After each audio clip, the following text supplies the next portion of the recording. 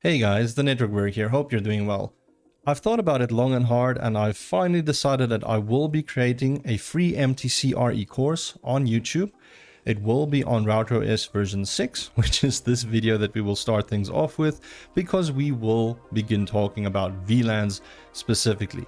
It's a major topic and it is something that you need to understand for the MTCRE, even though I feel like it's something you need to know for the MTCNA even, but we'll cover it in depth here. We'll go over the different types of way you can configure VLANs on MikroTik devices, and I'll show you how to implement all of the configurations. So let's jump into the video.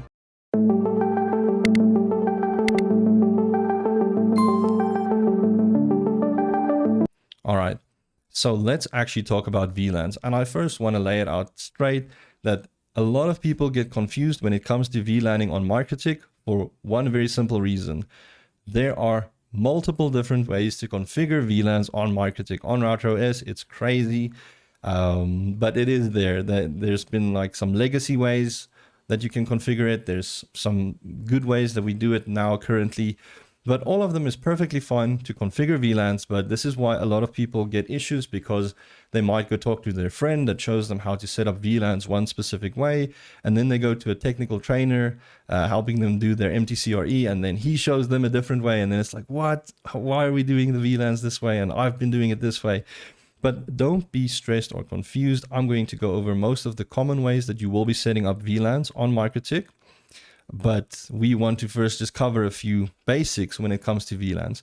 Now, what is a VLAN? Well, a VLAN stands for virtual LAN, or virtual local area network, or it's more commonly known as 802.1q, which is a standard. It's a protocol. It's a type of way on the industry that we configure VLANs on equipment. So most vendors have 802.1q as a baseline for VLANs. And what 801.2.q allows you to do is add a VLAN under an interface or on top of an interface, so that when that interface sends out packets or frames with that VLAN tagged on top of it, it will be identifiable on the Ethernet header with a 4-byte packet that gets added on top of additionally to tell the remote side what the VLAN ID is. So that is in the basics of what's happening in the background. But I want you to understand there's a difference between a trunk port and an access port. So these are common terminologies you'll hear a lot. And a trunk port you can essentially think of as an uplink port to a different switch or a different router, or somewhere where you're going to be sending all of the VLANs across. So in my topology in Eve, I've got MikroTik 1 connecting to MikroTik 2 and 3. And that's on Ether 2 and 3, and Ether 2 and 3 are essentially trunk ports.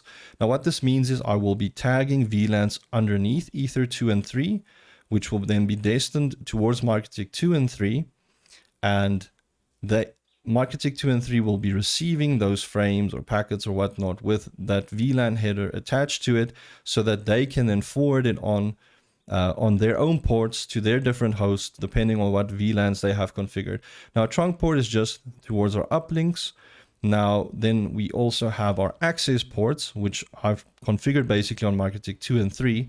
And what an access port allows you to do is define which VLAN an access host will belong to. So the host connects onto MikroTik 2, but the host doesn't configure the VLAN anywhere. They're not even aware of there's a VLAN configured.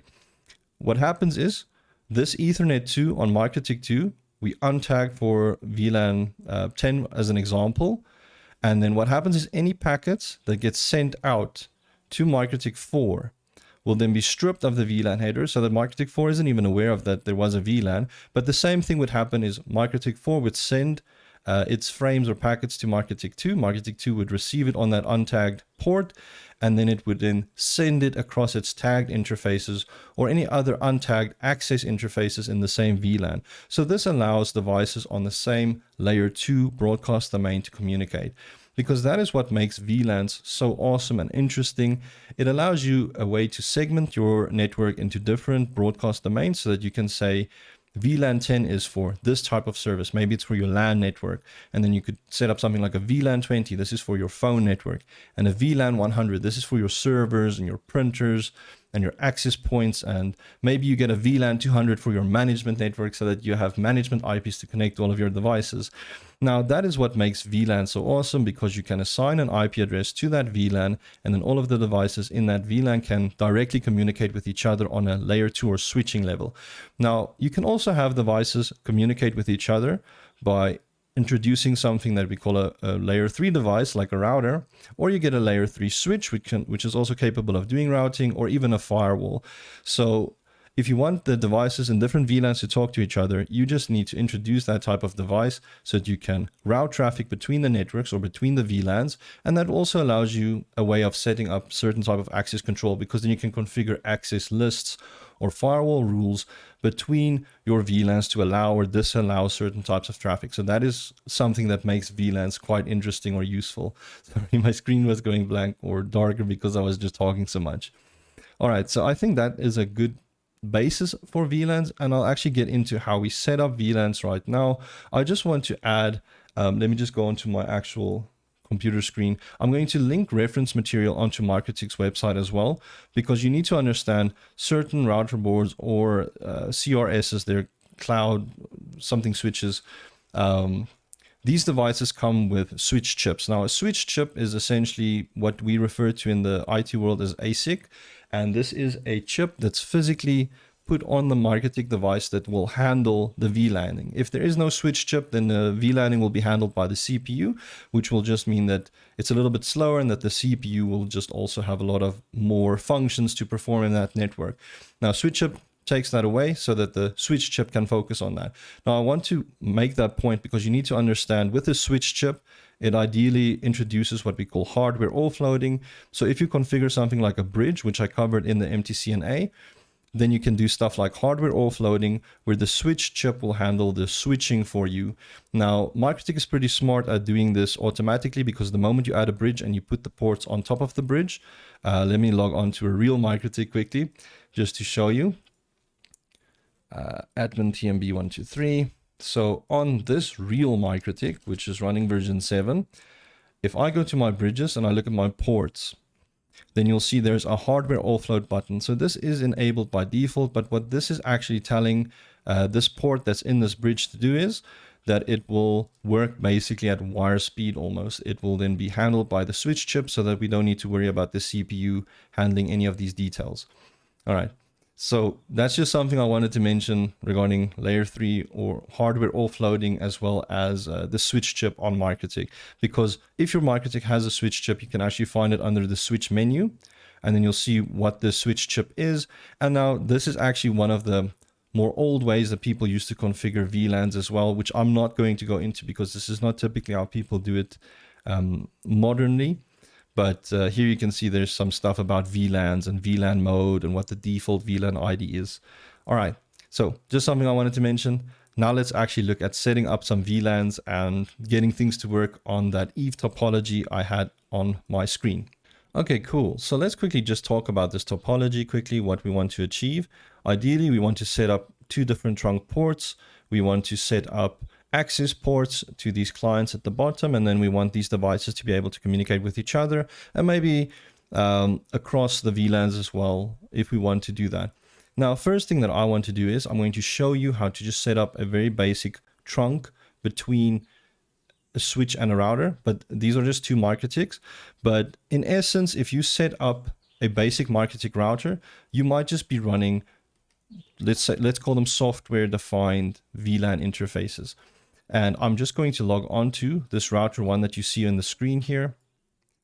And you'll see how simple this is once I set this up, because I'm just going to close all my windows quickly. And I'm going to navigate to my interfaces. And then from interfaces, there's 2 things you can do. You can add VLANs from here, or you can just go to the VLAN tab and add VLANs from here.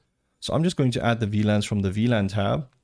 And now we can actually add a VLAN. Now I can give it a name. I can call this LAN. And I can give it a VLAN ID. So I might make this VLAN 10, which is what we had on the Eve topology. And then I will bind it to an interface. Now this is important because you need to understand where you're going to uplink to. Now in my topology, it is Ether 2. And I'm just going to show you now on the perspective between 2 different hosts. So 2 routers in this case.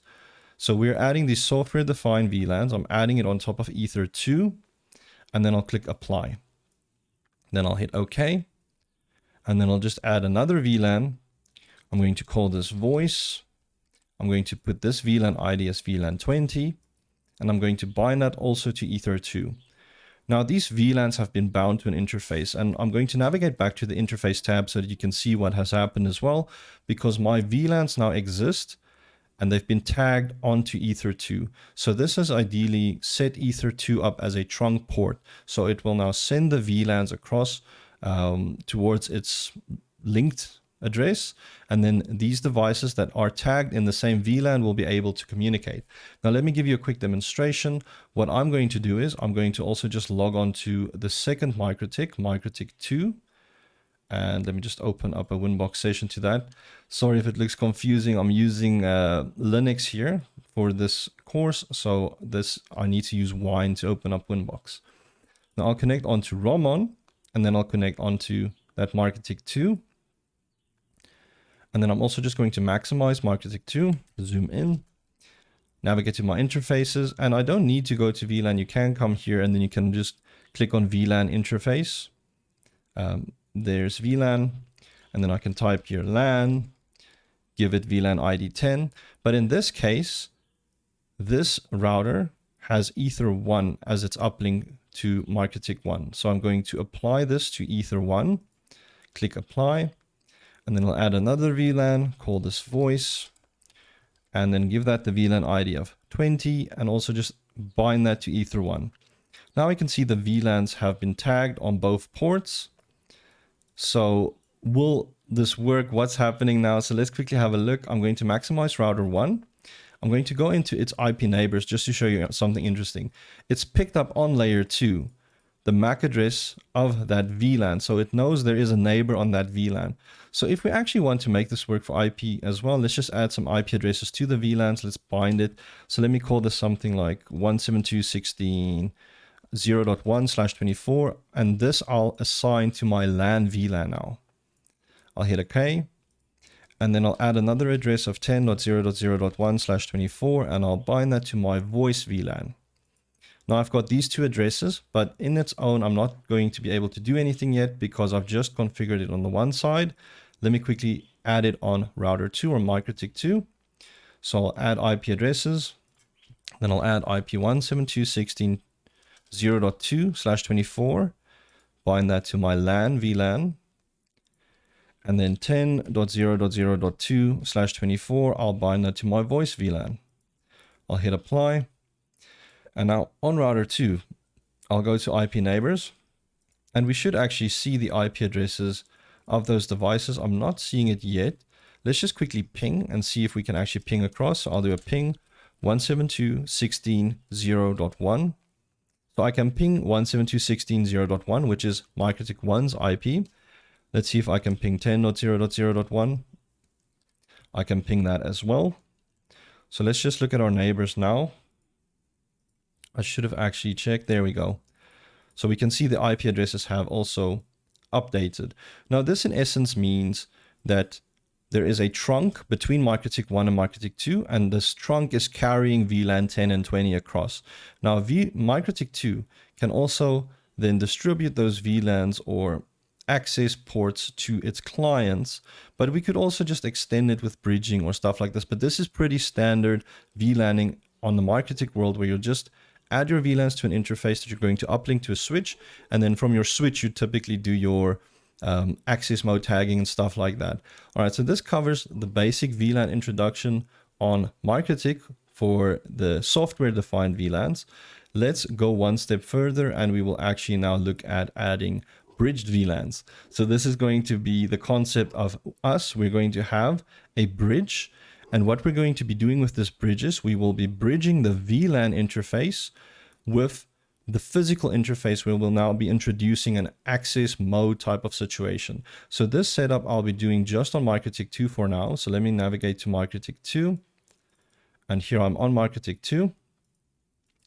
Now in this case, what I'm going to do is I just want to remove, actually I don't need to remove them. We'll keep the VLAN interfaces there. But in this case, what we're going to do is we're going to introduce a bridge to to the network. Now for each VLAN that we're going to create, we're going to also create a bridge that will be linked to that VLAN. So I'll create one new bridge. I'll call this bridge LAN, BR for bridge, and then VL10 for VLAN 10. And then I will hit apply. So this is just a normal bridge now. And now I need to assign ports to the bridge. So the first thing I'm going to do is I'm just going to assign the LAN VLAN to that bridge. So it's still tagged on Ether1, but it's now been bridged onto LAN bridge VLAN 10. And what I can do to set up a port in access mode very easily is just bridge the port that I want to be in access mode, which is Ether2, with that same bridge. So let's quickly do that. So I'll go into my bridge, go to my ports, and then I'll go into Ether2 is the interface, and I'll also just add that to the LAN bridge. Now in essence, Ether2 will be untagged for VLAN 10, and then the LAN interface is tagged for VLAN 10 going to my uplink. Now let's test and see if this works, and I'm actually going to test this a very specific way. I'm quickly just going to set up DHCP on router 1. So let's go into our IP DHCP server. Let me just remove that. That's some old DHCP config. Let's just run the wizard quickly. I want to set this up on the LAN VLAN. I'm doing it for that LAN scope. And we've set that up. Now I quickly want to go into my leases, and ta-da, I've already got a lease. So what's happened now is this MikroTik 4 that's connected to MikroTik 2, which is in access mode, it's automatically assigned or received an IP address from the DHCP server, which is MikroTik 1. I don't have any configuration on this MikroTik 4. If I do an export here, this is the basic configuration. It just has DHCP configured on Ether 1. And with that, it's obtained an IP address from the DHCP server, which is sitting in VLAN 10 on MikroTik 1. So that has actually gone across the network from MikroTik 4 to MikroTik 2 to MikroTik 1, which is awesome. Now let's just look at MikroTik 2's config again, just to verify what we've done. We've set up a bridge for that specific VLAN. We've added the VLAN interface, which is tagged to our uplink on Ether 1, and we've added the actual untagged interface, which is the client, to the same bridge so that that client can obtain an IP address. Now let's do the same thing for VLAN 20.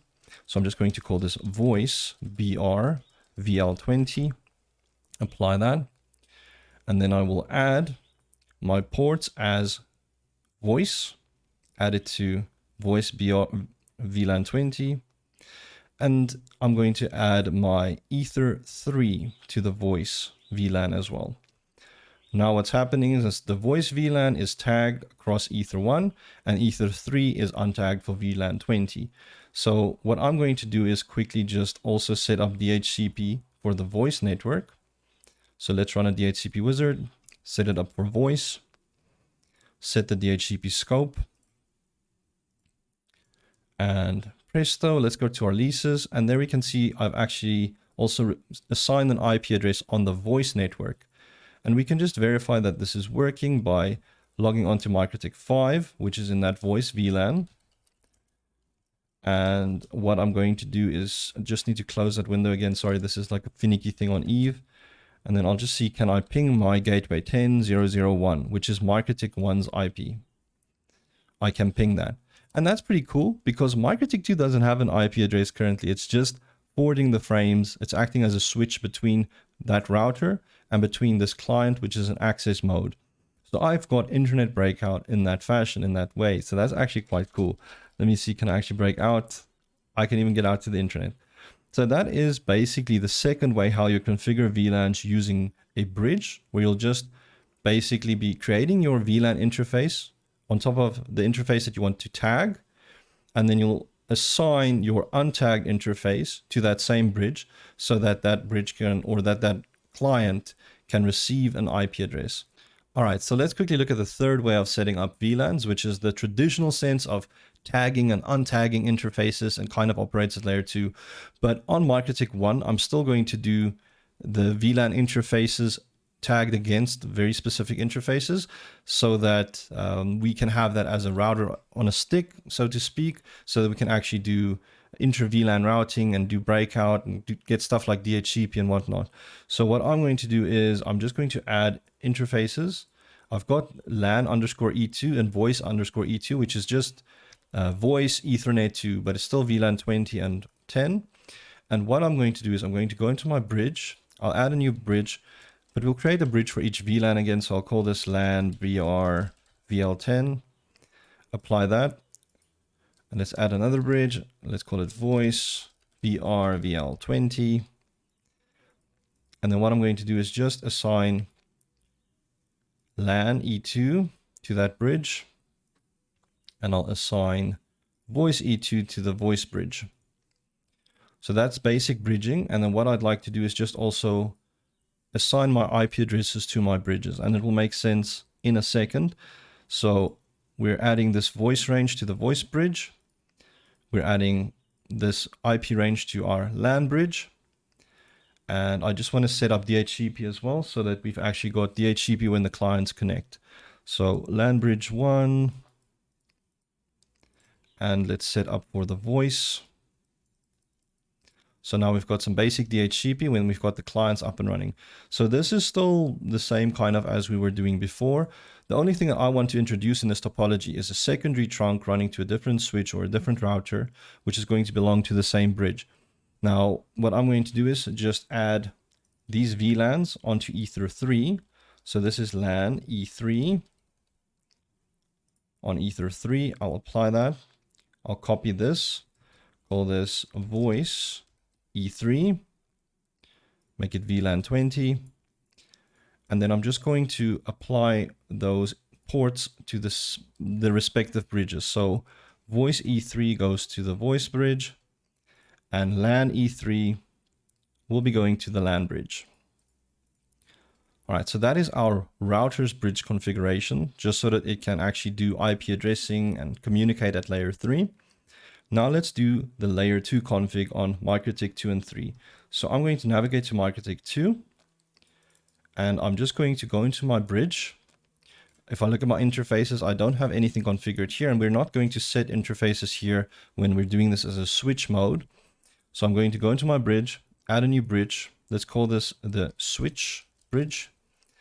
And we go to the VLAN tag. We can enable VLAN filtering, but I'd suggest doing that last because you might run into some issues like kicking yourself out of the equipment. Next step, add our ports. So what we want to add is, we're going to add Ether 2 as an access port to the switch bridge.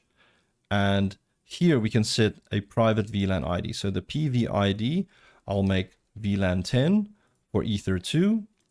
And I'll also just add Ether 3 to the switch bridge. And I'll set its VLAN to 20. I'll hit apply. And now I'm going to go back to the bridge. I'm going to turn on VLAN filtering, because what this does is if I go to this VLAN tab, sorry, let me just delete this old config.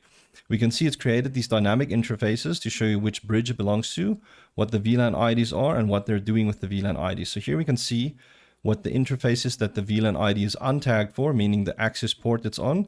Now we also want to tag these VLANs. So all I'm going to do is just copy this, and then I'll just set the tag. So here I'm going to tag it on Ether 1. And I'm going to do the same for my other dynamic VLAN for VLAN 20. Copy that, set its tag interface to VLAN 1. Now, if I look at the interfaces, essentially what's going to happen is VLAN 1 or Ether 1 is going to be the trunk port, which will carry the VLAN traffic between it and MikroTik 1.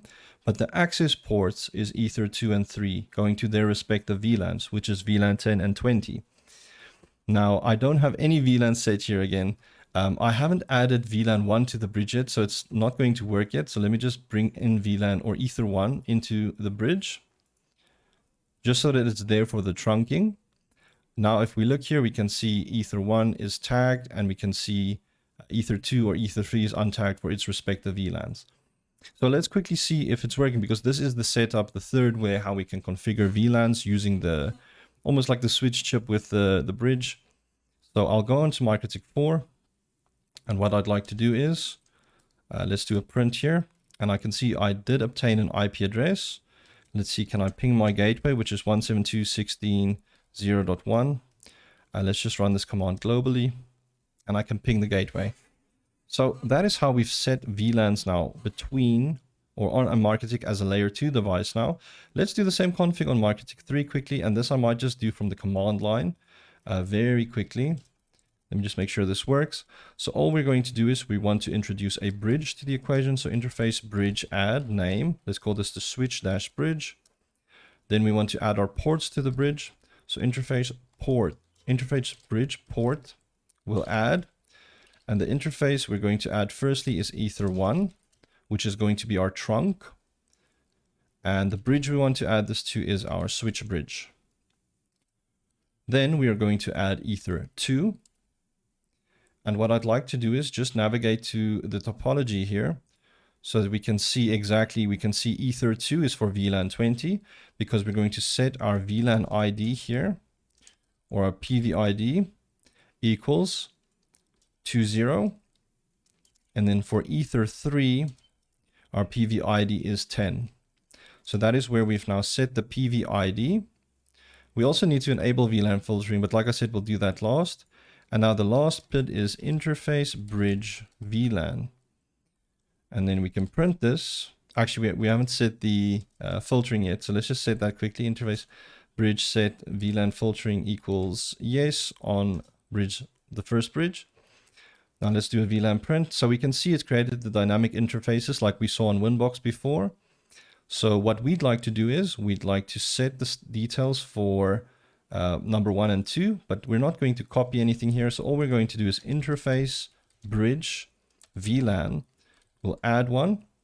And what we'll do is we'll say VLAN IDs equals, let's say 10. And then what we're going to say is it will be tagged for Ether1 and it will be untagged for Ether3. Ether3.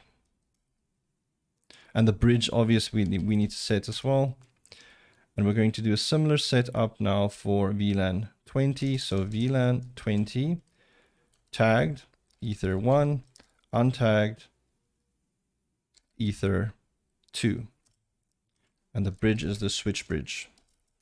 So if I print those VLANs now, we can see it has been statically set by us.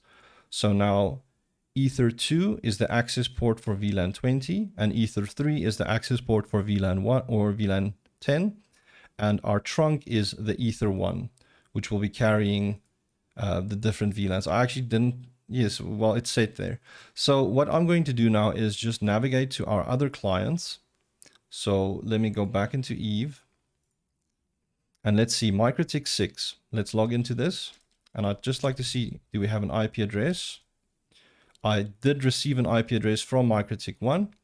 And now the cool thing is if I do an IP neighbor print, we can actually see our neighbors that we've learned across. So 10.0.0.254 is actually this MikroTik 5 at the bottom. So it's knowing about its neighbor. And can I ping 10.0.0.254? I can ping that. So that is pretty darn cool. And I can ping 10.0.0.1, which is MikroTik 1, which is its default gateway. So this is kind of the third way how we can set up different VLANs on MikroTik. And this is mainly what I'm going to cover with the different ways you can set up VLANs. Now, I just want to actually end off the video because we'll continue more cool things like Q&Q in a different video. I feel like this video has enough substance right now. So anyways, I'd like to thank you guys, the viewers, for watching. I'd like to thank my Patreons and YouTube members for helping support the channel. And I'm going to continue this series and produce more free content on the MTCRE. I hope it's been informative. I hope you enjoyed it, and I'll catch you in the next video. See ya.